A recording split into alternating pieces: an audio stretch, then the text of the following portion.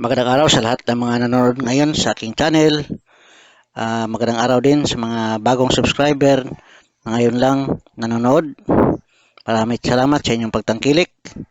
Sana huwag kalimutang i-like, i-share at saka i-subscribe ang ating channel para patuloy kayong ma-notify para sa mga darating pang video na ating i-upload sa susunod pang mga araw. Okay, the topic that we are going to discuss today is describe the meaning of probability such as 50% chance of rain and 1 in a million chance of winning. Okay, alamin natin ngayon ano ba ang ibig sabihin ng probability. So according to the definition, probability is used to describe how likely or unlikely it is that something will happen. Probability may be given in fraction, decimal, or percent. The value of probability ranges from 0 to 1. So when you have 0 means the event is impossible to happen, while 1 means the event is certain to happen. So talakayan natin itong tinatawag na probability. Itong probability class, ito yung ginagamit para magkakaroon tayo ng forecast o prediction. Ito yung binabasihan para ma-describe natin ang result. Ating ma-analyze at mabigay natin ang ating result, ang ating analysis base sa probability na pinakita. Ano itong mga probability na pwede nating gamitin? Okay, probability may be given in fraction. So, pwede tayong gumamit ng fraction. For example, doon sa ating module, may activity doon. We are going to pick a ball from a box. For example, it is numbered from 0 to 9. So, how many numbers are there? If you have to count 0 to 9, so we have 10 numbers or 10 balls numbering 0 to 9. Now, if we are to pick 5, what is the chances of picking 5? So, there is only one 5 in the numbers, in the balls inside the box. So, the possibility is only 1 over 10 or 110 because there is only one 5 against 10 numbers. So, in fractional form, we will write 1 is to 10 or 1 over 10. That is if we present that in a fraction form. Kasi kung fraction ang ating ipipresent, 1 over 10. But if we will present it in decimal form, then 1 divided by 10 will give us 0.01 or 1 hundredths in reading it with decimal way of reading. So, fractional form 1 over 10, decimal 0.01 or 1 hundredths. So, that is how to present our probability. So, if we change that to percent, 0.01, we change to percent, will become 1%. Simply move the decimal point 2 places. Kaya mangyari, magiging 1% na yan. So, this is how to present our probability. So, this is how we are going to make our probability available for us to give our analysis. So, i-present natin ang ating probables. Just like when sports analysts give their analysis on the coming fight of Manny Pacquiao, so what are their probability that Pacquiao will win? Ang iba nagsabi because of experience. Mas mataas ang experience ni Pacquiao in boxing. So, he will use that as his advantage.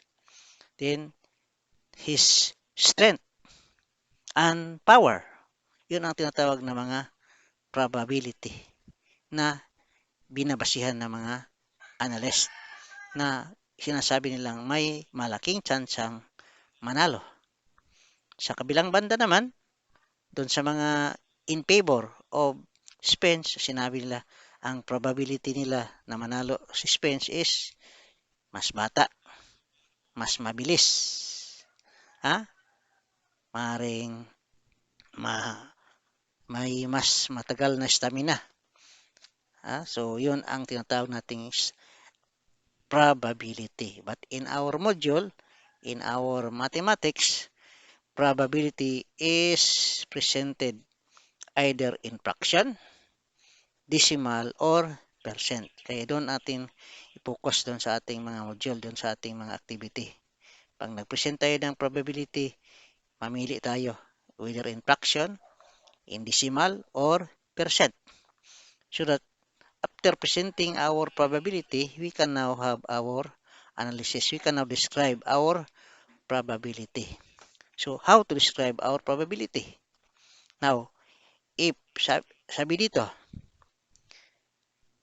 the value of probability ranges from 0 to 1, meaning our probability will be based on the range from 0 to 1. 0 means the event is impossible to happen. So, pag nagka-0 doon sa ating probability sa ating module, doon sa ating mga example, ano man yung 0? For example, in the box, there are objects inside. Then, in the question you are asked, what is the possibility of picking a triangle?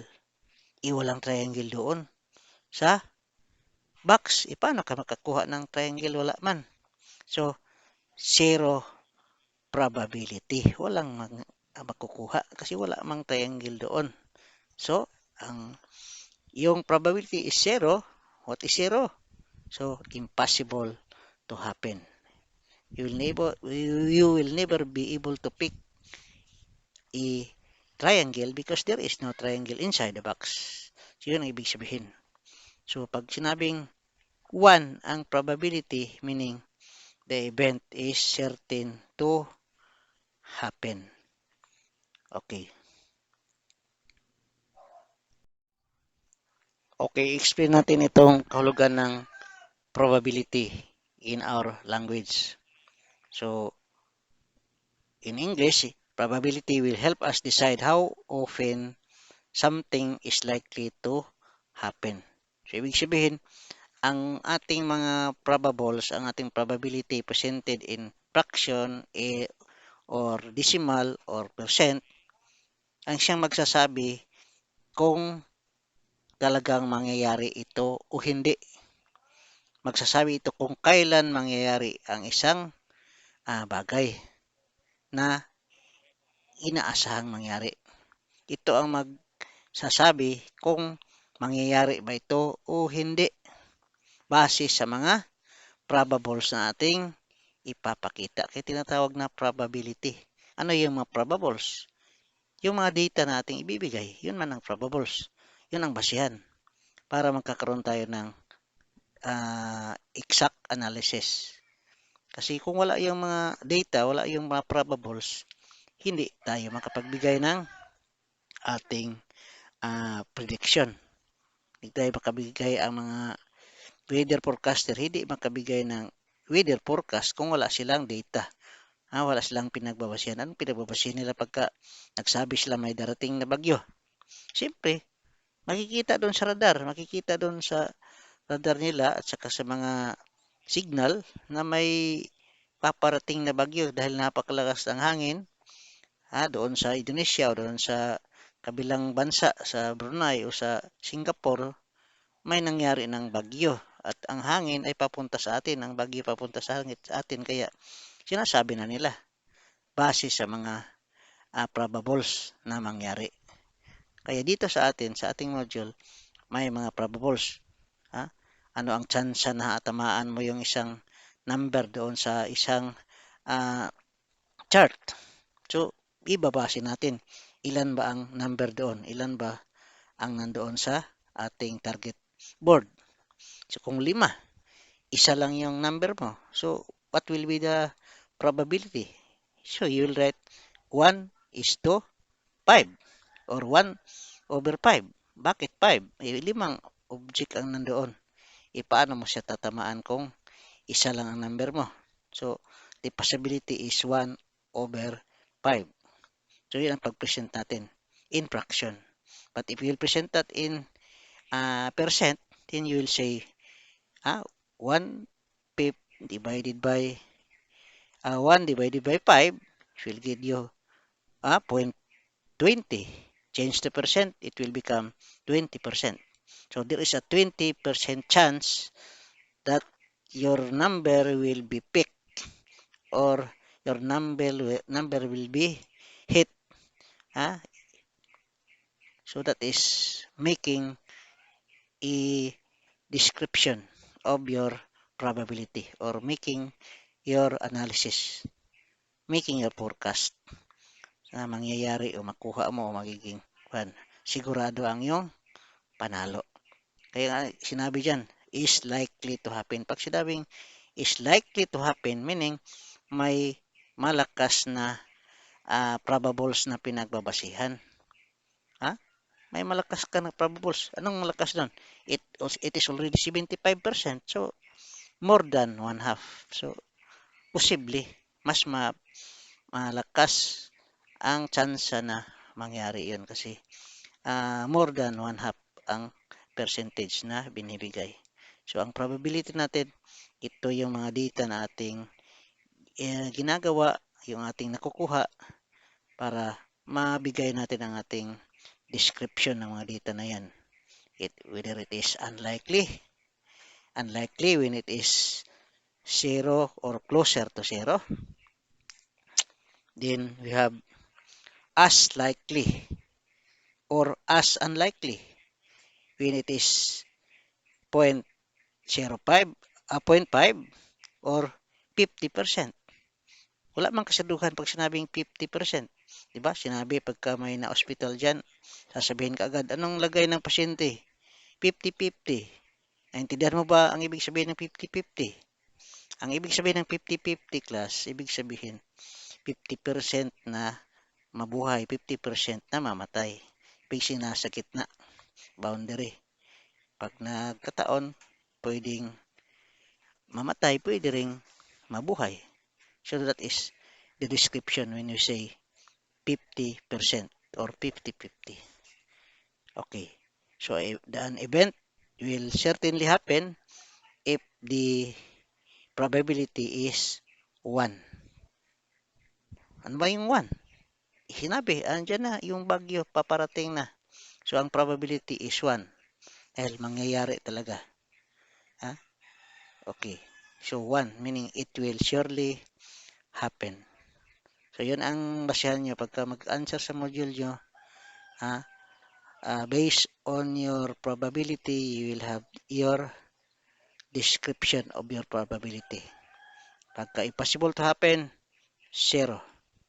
Pagka closer to 0, 0.0 or 1/4, 0.25, 20%. That is closer to 0, so you will have it unlikely. Pagka 50% or 0.5, ano ang description nyo? You will have as likely or as unlikely. Nasa gitna. Hindi ka sigurado kung alin doon ang magiging magkatotoo. Ang manalo ba si Pacquiao o ang matalo si Pacquiao? Okay, yun. Alin bang makakatotoo? Mabunot yung number mo o hindi mabunot ang number mo? Meaning 50-50. Pero pag sinabing ang number mo iisa laban sa million number, yun ang tinatawag na win 1 in a million. So, mas malaki ang tsansa na hindi ka manalo dahil sa karaming numero. Chance of winning is far from the reality. Okay, so yun ang ating discussion. Sana makatulong pagdating sa inyong module para pag-describe nyo ng inyong mga probables tama Pag more than 50%, 65, 70, 75%, ang ating description yan is likely. Meaning, it is likely to happen. Mas malakas, mas mabigat ang posibilidad na mangyari ang ating prediction o forecast. So, yun ang ating batayan. Tingnan nyo, pagka doon na sa inyong mga activity, mag-answer na kayo, yun ang magiging gamitin nyo.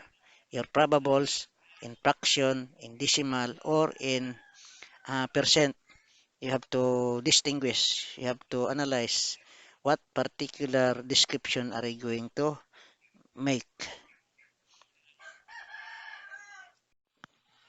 Okay, so in making a forecast or making an analysis, there is a guide for us to make our analysis.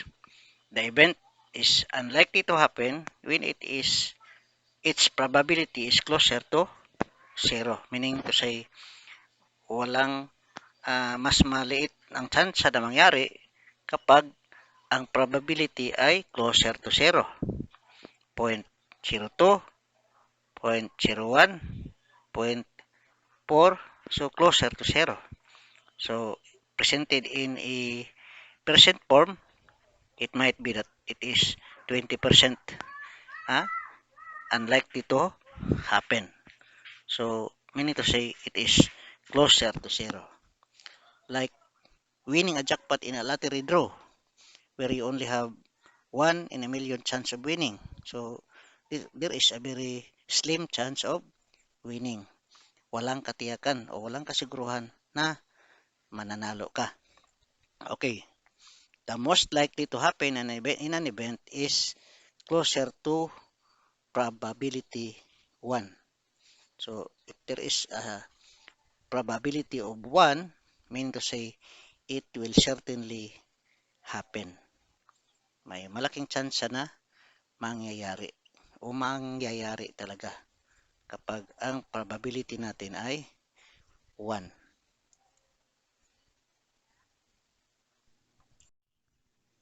Okay. The chance that something will happen is called probability. Yung mga sinasabing na kung may tsansang mangyari ang bagay na yon, ang inasang bagay na yun ay tinatawag na yan na probability. So, anumang mga uh, possibilities na mangyari yon. Pagka nandyan na sa more than 1 or 1 na ang ating probability, so sure na mangyari. Pero hindi ibig sabihin na yung 25% hindi na mangyari. Mangyari pa rin yun. Kasi may chances man. Yung 1%, 2%, pero may chance pa rin. Pero maliit ang chance. Pero may chance pa rin. Tulad halimbawa ng isang ticket mo against how many millions of tickets. Pero ikaw pa rin ang nanalo. So, dahil may chances ka, may ticket ka man. So, ano man kaliit ang chance, may chance ka pa rin manalo. That is what we call probability. Kasi may chance ka man na manalo. There is a chance that something will happen. So, hindi ibig sabihin na ay yung kalaban maliit, kalaban mata, talo na. Makachamba. Doon nga sa laban ni Pacquiao sa Marquez, hindi inaasahan na matalo si Pacquiao dahil favorite siya. Defending champion. Malakas, mabilis. Dati na niyang natalo si Marquez for how many fights? 3 laban na talo. Hindi.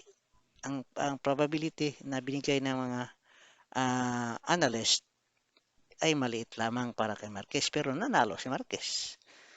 Kasi there is a chance that something will happen pagka may naiwan pang probability. 2%, 5%, may chance pa rin mangyari yan. Okay, so yun ang gamitin natin batayan sa ating pagsagot sa ating mga module. Mayroon tayo. Okay, ito na yung ating pagbabasihan para pagbibigay natin ng ating mga probables na kuha na natin yung mga probables doon sa ating problem, ito na yung ating gabay para maibigay natin yung ating mga description sa ating mga probability outcome. Okay.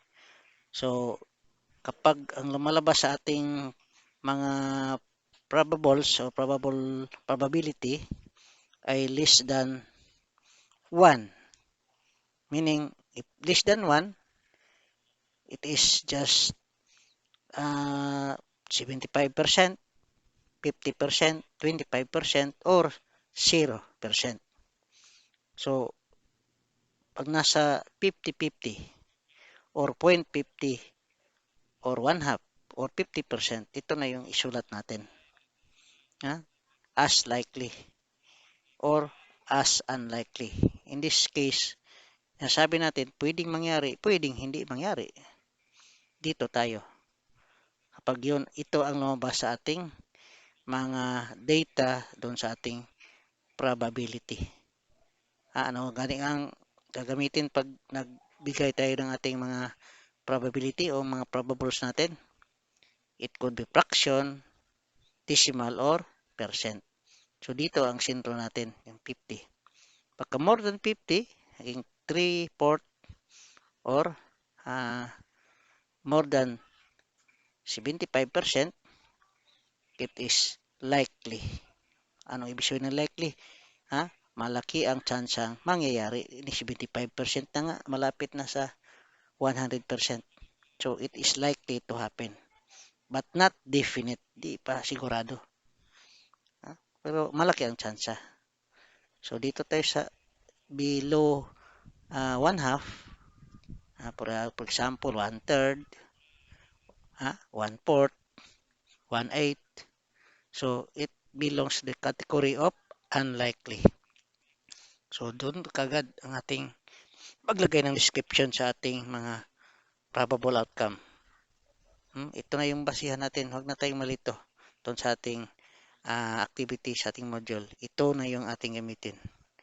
Para hindi tayo malito. Ano ba yung sinabi na what is the possibility of picking number 9 balls?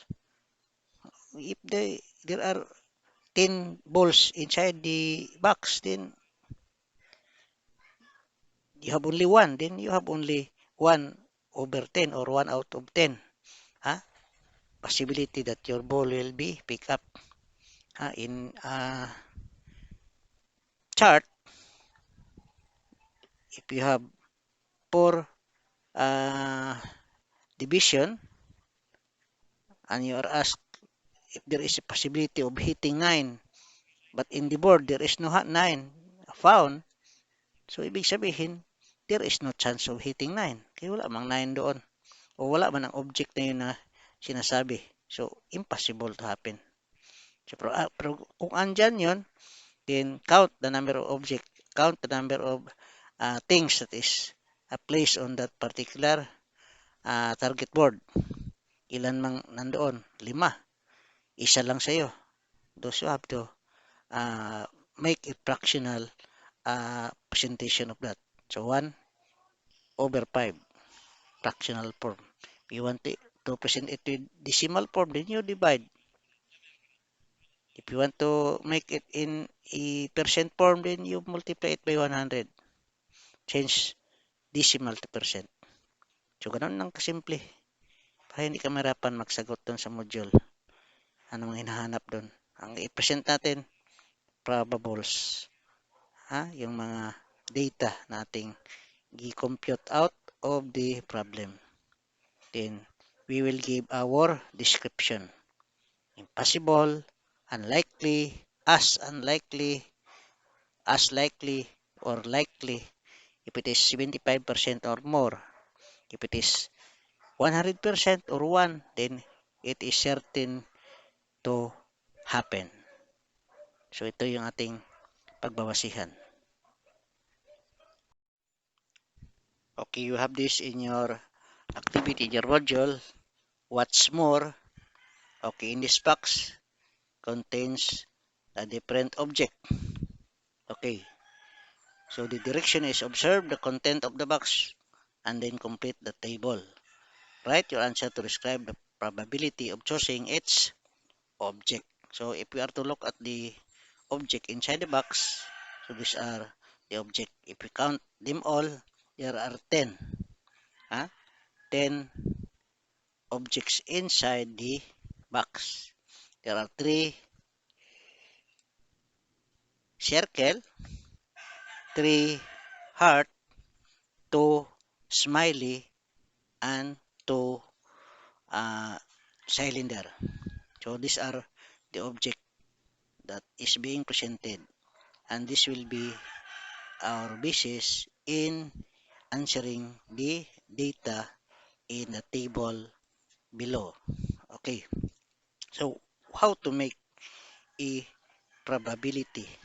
Okay, take note that inside the box we have 10 objects. So if we are to choose circle, then how many circles do you have? You have 3. So the ratio could be 3 is to 10. Why 3 is to 10? We have 3 circle, and all in all we have 10 object.